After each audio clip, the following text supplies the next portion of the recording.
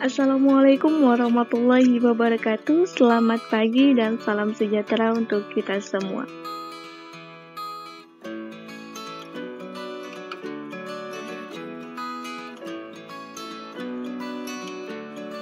Perkenalkan, nama saya Intan Melinda Utari dengan NIM 1910118220004 dari Universitas Lambung Mangkurat, Fakultas dan Keguruan Ilmu Pendidikan, Program Studi Pendidikan Matematika.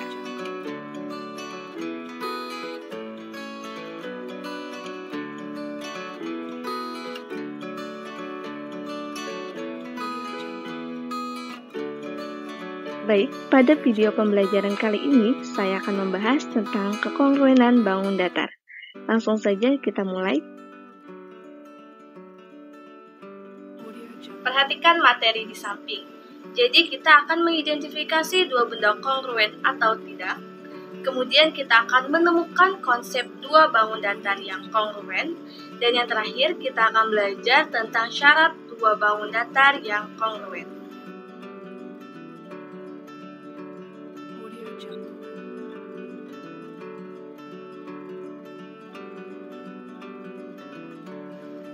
Perhatikan gambar yang A. Di situ ada dua gambar mobil yang kongruen. Kenapa? Karena bentuk dan ukuran mobil tersebut sama. Kemudian perhatikan gambar yang B. Di situ ada dua gambar mobil yang tidak kongruen. Kenapa? Karena dari mobil tersebut saja sudah terlihat berbeda. Kemudian perhatikan gambar yang C. Di situ ada dua gambar kursi yang kongruen. Kenapa? Karena bentuk dan ukurannya sama, walaupun dari salah satu kursi tersebut ada yang bercorak. Kemudian perhatikan gambar yang D. Di situ adalah dua gambar kursi yang tidak kongruen. Kenapa? Karena bentuknya sama tetapi ukurannya berbeda, sehingga kita sebut dengan dua gambar kursi yang tidak kongruen.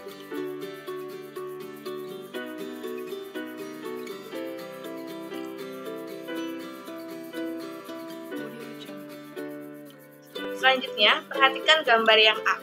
Itu adalah figura lukisan dengan ukuran 40 x 60 cm. Kemudian perhatikan gambar yang B. Itu adalah figura lukisan dengan ukuran 40 x 60 cm juga. Sehingga dapat kita simpulkan bahwa kedua figura tersebut kongruen karena ukurannya sama, juga bentuknya sama walaupun gambar lukisannya itu berbeda. Kemudian perhatikan gambar yang C. Itu adalah figura lukisan dengan ukuran 40 x 30 cm. Kemudian perhatikan gambar yang D. Itu adalah figura lukisan dengan ukuran 30 x 80 cm. Dari ukurannya saja sudah berbeda, sehingga dapat kita simpulkan bahwa kedua figura tersebut adalah figura yang tidak kongruen.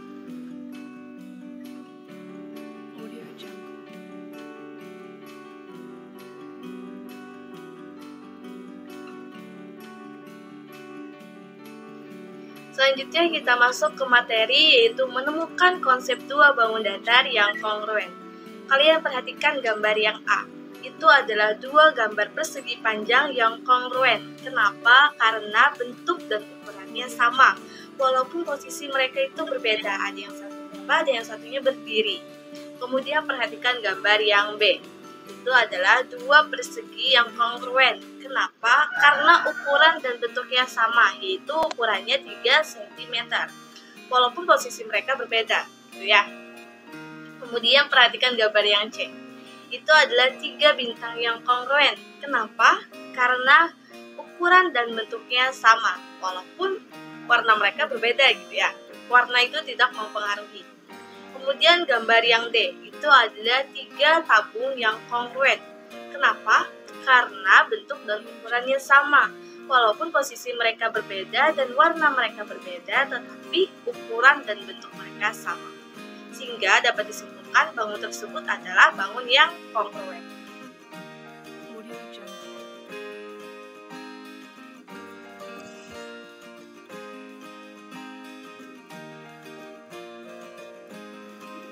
Baik, selanjutnya perhatikan gambar yang A. Itu adalah dua persegi panjang yang tidak kongruen. Kenapa? Kalian bisa lihat saja bahwa kedua ukuran persegi tersebut tidak sama atau berbeda ya. Kemudian perhatikan gambar yang B. Itu adalah dua segi empat yang tidak kongruen. Kenapa? Padahal kan kedua ukurannya itu sama-sama 3 cm. Nah, kalian bisa lihat bentuknya itu berbeda. Yang satu itu berbentuk belah keempat, sedangkan yang satunya lagi berbentuk persegi. Sehingga dapat kita simpulkan bahwa kedua bangun tersebut tidak kongruen. Kemudian perhatikan gambar yang C. Itu adalah dua bintang yang tidak kongruen. Kenapa? Karena kalian bisa lihat sendiri, ukuran kedua bintang tersebut tidak sama. Kemudian perhatikan yang D. Itu adalah dua tabung yang tidak kongruen. Sama seperti bintang tadi bahwa ukuran kedua tabung tersebut berbeda.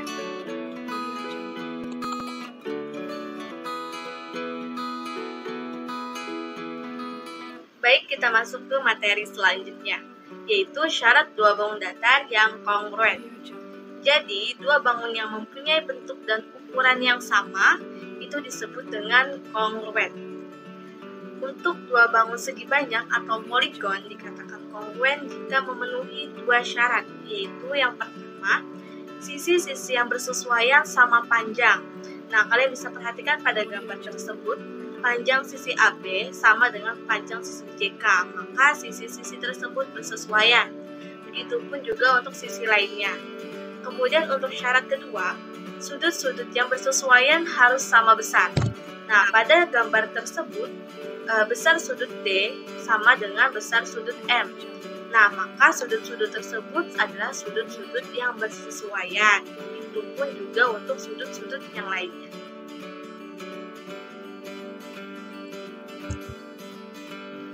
Baik, selanjutnya untuk sudut-sudut yang bersesuaian, kalian bisa perhatikan gambar di samping. Untuk sudut A itu bersesuaian dengan sudut J, di mana besar sudut A sama dengan besar sudut J. Kemudian untuk sudut B itu bersesuaian dengan sudut K, di mana besar sudut B itu sama dengan besar sudut K. Kemudian untuk sudut C itu bersesuaian dengan sudut L, di mana besar sudut C itu sama dengan besar sudut L.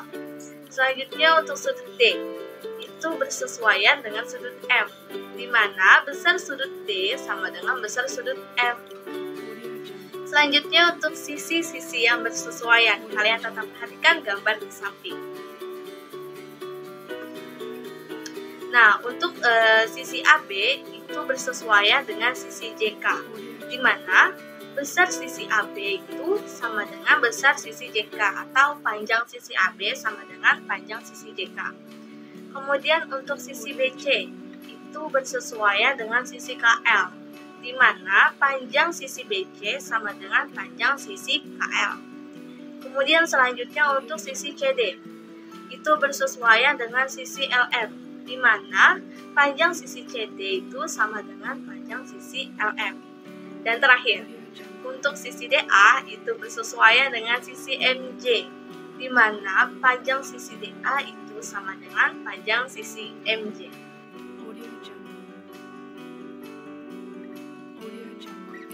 Baik, selanjutnya, jika bangun A, B, C, D, dan J, K, L, M memenuhi kedua syarat tersebut, maka bangun A, B, C, D, dan J, K, L, M itu disebut dengan bangun yang kongruen. Nah, biasanya dinotasikan dengan tanda sama dengan, kemudian di atasnya ada garis melengkung.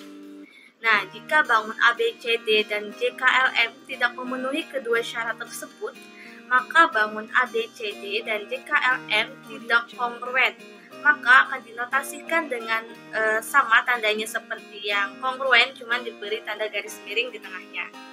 Nah, untuk sedikit catatan, ketika menyatakan dua bangun yang kongruen, sebaiknya dinyatakan berdasarkan titik-titik sudut yang bersesuaian dan berurutan. Contohnya pada gambar di samping, itu ABCD kongruen dengan JKLM.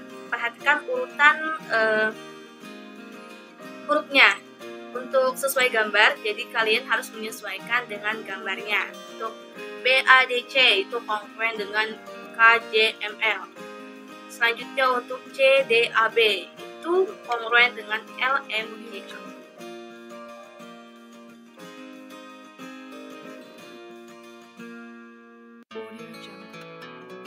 Baik, selanjutnya kita masuk ke contoh soal.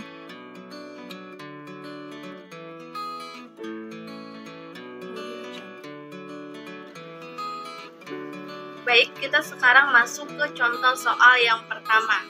Berikut soalnya, yaitu segi 4 ABCD dan WXYZ pada gambar tersebut adalah bangun yang saling kongruen. Nah, maka sebutkan sisi-sisi dan sudut-sudut yang bersesuaian.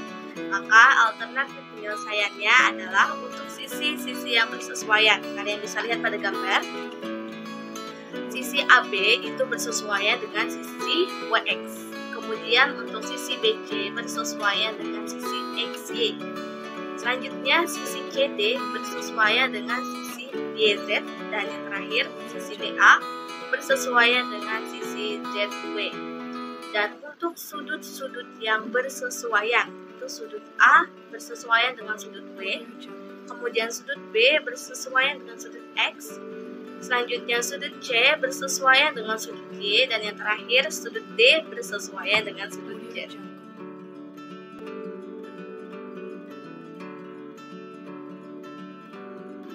Baik, selanjutnya kita masuk ke contoh soal kedua, yaitu mengidentifikasi dua bangun yang kongruen, di mana soalnya sebagai berikut, yaitu manakah persegi di atas yang kongruen, kemudian jelaskan.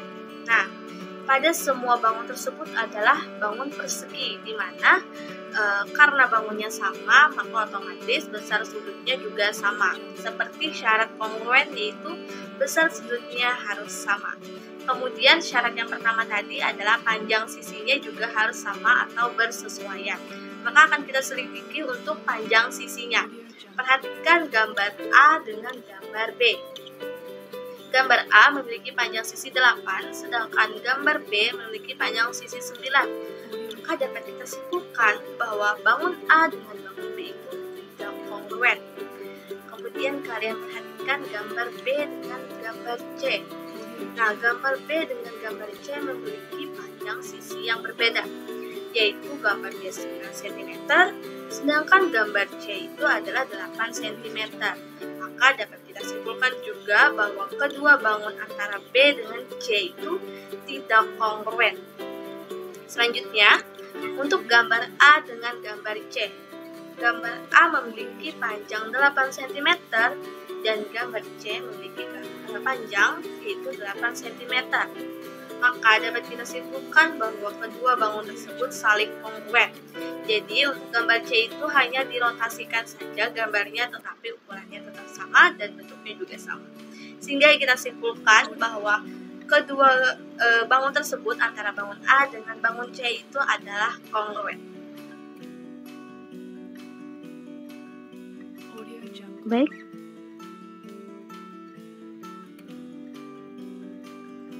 Baik, selanjutnya kita masuk ke contoh ketiga, yaitu tentang menentukan panjang sisi dan besar sudut yang belum diketahui.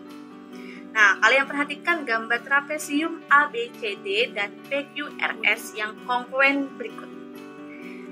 Diketahui jika panjang sisi AB adalah 40 cm, panjang BC 20 cm, dan panjang RS 16 cm, dan panjang PS adalah 15 cm, maka tentukan panjang sisi AD, BC, PQ, dan QR.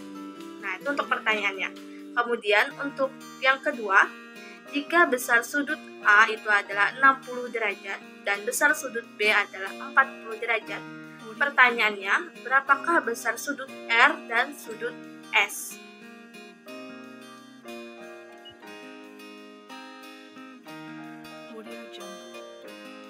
Baik, sekarang kita masuk ke penyelesaian dari soal yang tadi. Nah, jadi untuk bangun tersebut tadi diketahui bahwa bangun ABCD kongruen dengan bangun PQRS, sehingga sesuai dengan syarat-syarat kekongruenan, yaitu sisi-sisi yang bersesuaian harus sama panjang dan sudut-sudut yang bersesuaian harus sama besar. Maka untuk penyelesaian yang A itu untuk menentukan panjang sisi AD, DC, PQ, dan QR, maka terlebih dahulu kita harus menentukan sisi-sisi yang bersesuaian, yaitu, nah kalian bisa sambil perhatikan gambar yang sudah tertera pada slide berikut. Nah, itu sisi AB bersesuaian dengan sisi PQ, sehingga panjang sisi AB itu sama dengan panjang sisi PQ. Kemudian sisi BC bersesuaian dengan sisi QR, sehingga panjang sisi BC sama dengan panjang sisi QR. Kemudian sisi DC bersesuaian dengan sisi SR, sehingga panjang sisi DC sama dengan panjang sisi SR. Nah, kemudian sisi AD bersesuaian dengan sisi PS, sehingga panjang sisi AD sama dengan panjang sisi PS. Nah, itulah cara untuk menentukan sisi-sisinya yang bersesuaian. Nah, dengan demikian, jika panjang AB-nya adalah 40 cm dan panjang BC-nya adalah 20 cm dan kemudian panjang RS-nya adalah 16 cm dan terakhir panjang PS-nya adalah 15 cm, maka panjang AD tadi sama dengan panjang PS karena PS-nya diketahui 15 cm sehingga panjang AD-nya juga 15 cm. Kemudian panjang DC sama dengan panjang SR. Seperti yang diketahui tadi, panjang SR atau RS adalah 16 cm, sehingga panjang DC-nya juga 16 cm karena mereka saling bersesuaian. Kemudian, untuk panjang QR itu sama dengan panjang BC. Karena panjang BC-nya diketahui 20 cm, sehingga panjang QR-nya juga 21 cm. Nah, kemudian untuk sisi PQ itu sama dengan sisi AB ya. Nah, karena sisi AB-nya diketahui 40 cm, maka sisi PQ-nya juga memiliki panjang 40 cm. Jadi, itu adalah cara untuk menentukan panjang sisi yang belum diketahui dari soal kekongruenan.